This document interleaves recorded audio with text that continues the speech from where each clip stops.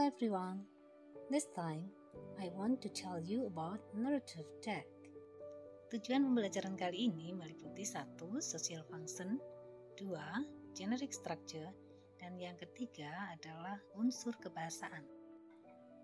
Namun sebelumnya, saya ingin mengajukan beberapa pertanyaan. Have you ever read a story? Apakah kamu sudah pernah membaca sebuah cerita? What is that? Apa itu? How about this? I believe that most of you have read the story, haven't you? Malin Kundang is one of the example of a narrative text. Malin Kundang adalah salah satu contoh teks narrative. Pertanyaan berikutnya adalah, untuk apa kamu membaca cerita? What is your purpose to read a story? Biasanya orang membaca cerita adalah untuk kesenangan. They read stories for pleasure. Dengan demikian, fungsi sosial dari teks naratif adalah untuk menghibur pembaca. The social function of a narrative text is to amuse or entertain the readers. There are 3 types of narrative texts. First, fairy tale. Second, fable. And third, legend. Fairy tale dalam bahasa Indonesia sering dikenal sebagai dongeng. Sedangkan fable adalah cerita tentang hewan. Sedangkan legenda atau legend adalah cerita tentang asal-usul terjadinya sesuatu. Dari 3 gambar berikut ini, menurut kalian, manakah yang legend, fable, dan fairy tale? You are great! Picture 1 is a legend. Gambar 1 adalah cerita tentang Roro Jonggrang. Cerita ini mengisahkan tentang usal-usul terjadinya Candi Prambanan. Oleh karena itu, gambar 1 menunjukkan contoh dari sebuah cerita yang berbentuk legenda. Gambar 2 yang berjudul Kancil Mencuri Timun adalah sebuah cerita yang berbentuk fable. Kenapa? Karena tokoh dalam cerita itu adalah seekor hewan. Sedangkan gambar 3 adalah contoh dari sebuah teks yang berbentuk fairy tale. Sejauh ini, apakah kalian sudah paham mengenai jenis-jenis dari teks narrative? Now, please try to find another example of each narrative text. Silakan kalian mencoba untuk mencari contoh lain dari sebuah cerita yang berbentuk legend, fable, dan fairy tale. Selanjutnya, kita akan membahas mengenai struktur teks naratif. The generic structure of narrative text are: first, orientation; second, complication; third, resolution; and fourth, reorientation. Apa yang dimaksud dengan orientation?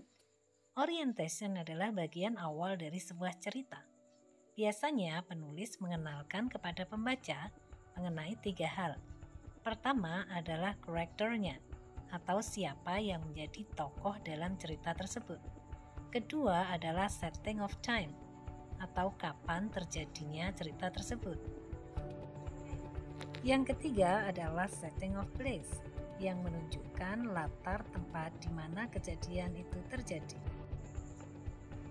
Bagian selanjutnya disebut complication. Dalam bagian ini biasanya penulis menceritakan bagaimana tokoh utama mendapatkan masalah. Pada bagian ketiga biasanya penulis menceritakan bagaimana tokoh utama menemukan solusi atau jalan keluar untuk mengatasi permasalahannya. Bagian ini disebut resolution. Pada bagian terakhir, biasanya penulis menceritakan bagaimana tokoh utama ini apakah berhasil atau gagal dalam menyelesaikan masalahnya. Jika tokoh utama berhasil menyelesaikan masalahnya dengan baik, maka cerita ini akan berakhir dengan bahagia atau yang disebut dengan happy ending. Sebaliknya, jika tokoh utama gagal dalam menyelesaikan masalahnya, maka cerita ini berakhir sedih atau disebut dengan sad ending. Akhir cerita seperti ini disebut reorientation. Bagian optional atau pilihan dari akhir sebuah cerita adalah coda.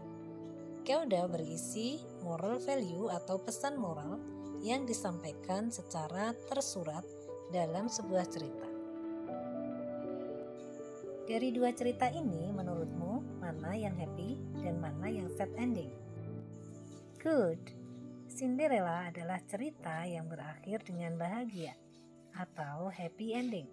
Sedangkan Malin Kundang adalah sebuah cerita yang berakhir dengan sedih atau sad ending.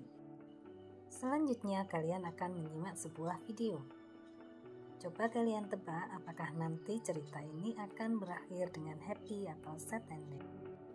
Sebelum menyimak cerita, silakan lihat gambar berikut ini. Which one is an ant and which one is a grasshopper?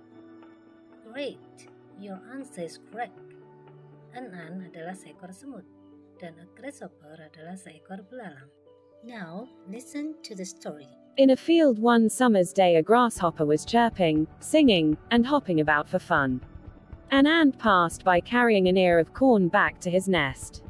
"Why not come and chat with me?" said the grasshopper, "instead of doing all of that work. I am helping to store up food for the winter," said the ant, "and suggest you to do the same." "Why bother about winter?" said the grasshopper, "we have got plenty of food at the moment." The ant went on its way. He continued its work. When the winter came, the grasshopper had no food and was dying of hunger.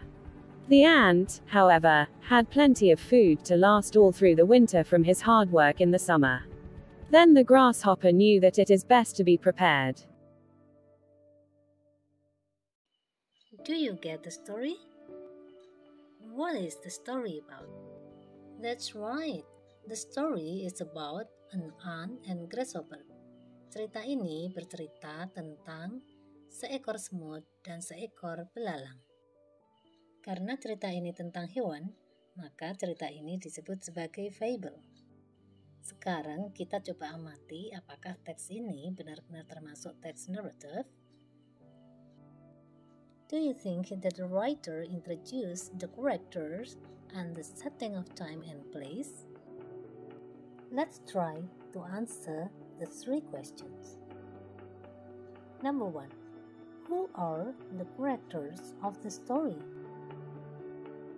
Siapa tokoh dalam cerita tersebut?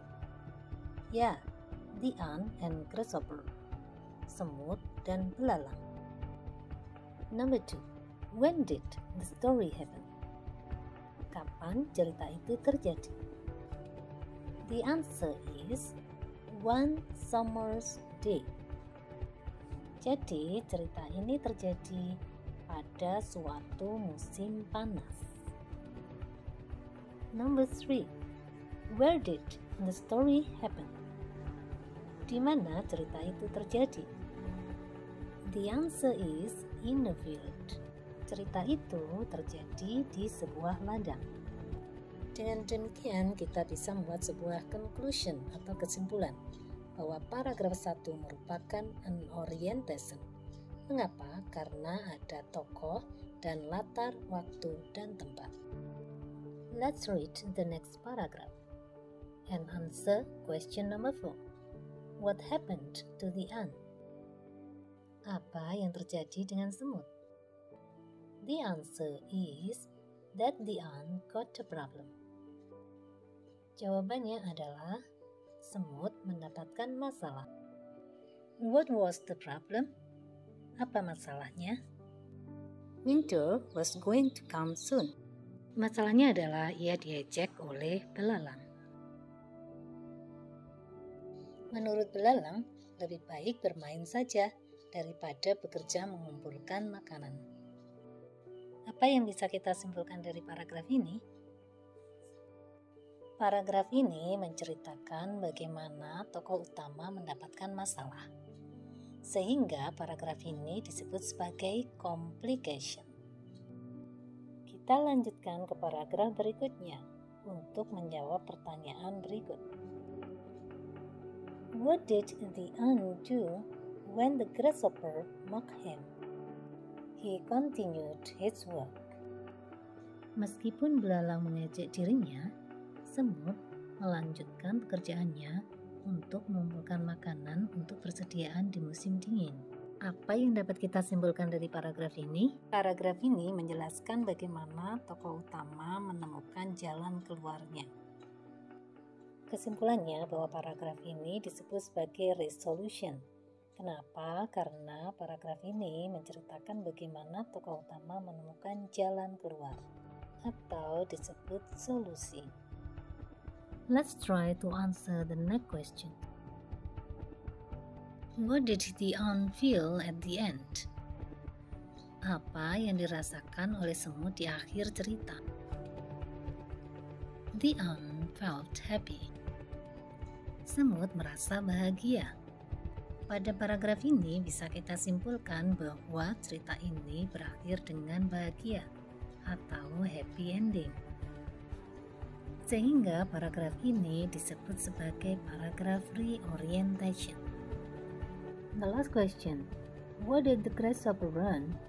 Apa yang belalang pelajari? It is best to prepare. Jika segala sesuatu dipersiapkan dengan baik, maka hasilnya akan lebih baik. Di akhir cerita, belalang sekarat karena kekurangan makan di musim dingin. Seharusnya ia melakukan hal yang sama yang dilakukan oleh semut. Pada musim panas, semut terus bekerja mengumpulkan makanan untuk persediaan di musim dingin. Mengapa harus dipersiapkan? Karena di musim dingin semut tidak bisa keluar untuk mencari makan, juga dengan hewan lainnya termasuk belalang. Dari peristiwa ini, belalang mendapatkan pelajaran bahwa segala sesuatu memang harus dipersiapkan. Apa yang bisa kita simpulkan dari bagian akhir dari cerita ini? Penulis ingin menyampaikan pesan moral kepada pembaca, sehingga bagian ini disebut coda. Dari keseluruhan teks, maka dapat kita simpulkan bahwa teks ini terdiri dari beberapa bagian. Pertama, orientation. 2. Complication. 3. Resolution. 4. Reorientation. 5. Coda. Dengan demikian, teks ini dapat disimpulkan sebagai teks narrative. Sekarang kita akan masuk ke unsur kebahasaan. Number 9. Why does the text mostly use past verb? Mengapa sebagian besar teks ini menggunakan kata kerja bentuk lampau? Because the text tells about past time. Karena teks tersebut menceritakan waktu lampau. Contoh past verb dalam paragraf ini adalah said, yang berarti berkata. That's the end of the lesson today. Thank you very much for attention.